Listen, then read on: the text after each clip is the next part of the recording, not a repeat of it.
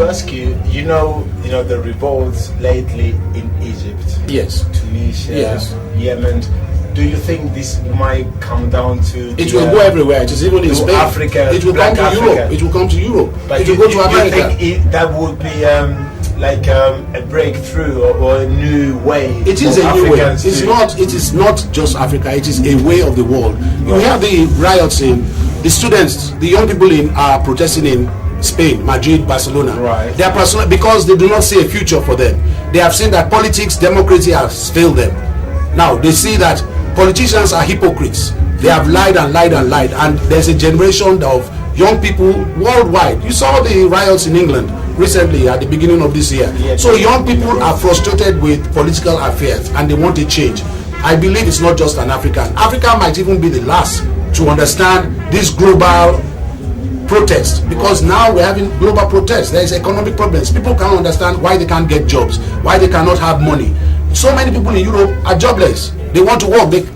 No work, no money, no house, no anything. So Africans don't understand this global protest that is coming. We have seen it in the Middle East because they have been oppressed for so much. And with the internet, the Middle East could now get and say, oh, so this is what is going on in Europe. This is what is going on in Africa. In America, we want this kind of life. We want freedom. So they are fighting for it. Now we have the same kind in Europe where they're like saying, we have no job, we have no money, we need to change our government. So we are seeing that in Europe and America. Africa is slow because unfortunately Africa has been oppressed for too long.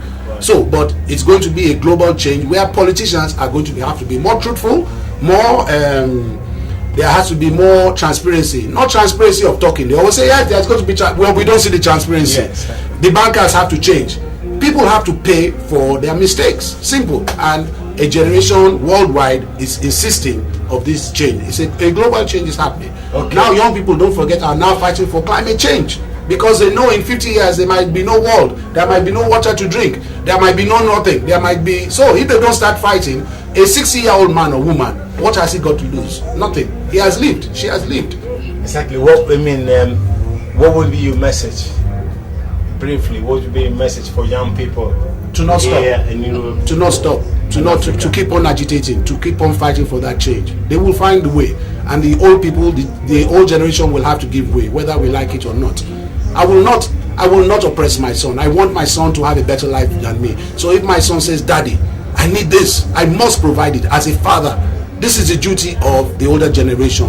And any older generation that doesn't see that it is time for another generation to rule needs to get out of the way. So they must not stop. They must keep on fighting against nuclear energy. They must keep on fighting for climate change. They must keep on fighting for better lives. They must keep on fighting against oppressive governments. They must keep on fighting against corrupt leaders. They must keep on fighting the UN. The UN is not even democratic. Right. If China says China can veto anybody, so a small country like Gambia or any small country has no say in the United Nations. Right. And they tell us these countries, England, France, Germany, and all these big countries, they tell us we have to be democratic. Right. But in the biggest body of the world, they are not democratic. So what is the democracy we are talking about? So these are the things young people must fight for: true justice, true social change, true love, true peace for a better life. So it is.